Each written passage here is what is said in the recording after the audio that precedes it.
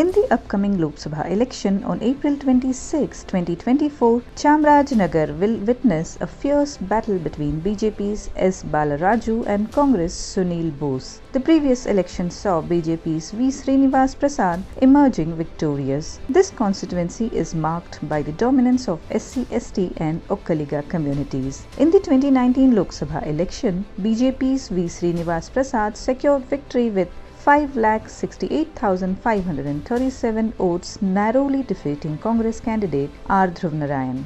In the 2014 polls, Congress candidate R Dhruvanarayan clinched victory for the second time by defeating BJP's A. Krishnamurthy with a margin of approximately 1.41 lakh votes. Chamarajanagar, named after the king of Mysore, Chamaraja Wadiyar, is the third largest district in Karnataka by population, located in the southern part of Karnataka. This constituency came into existence in 1962 and has seen 17 elections so far, with Congress winning 12 times, Janata Dal twice and JDS and JD candidates each winning once.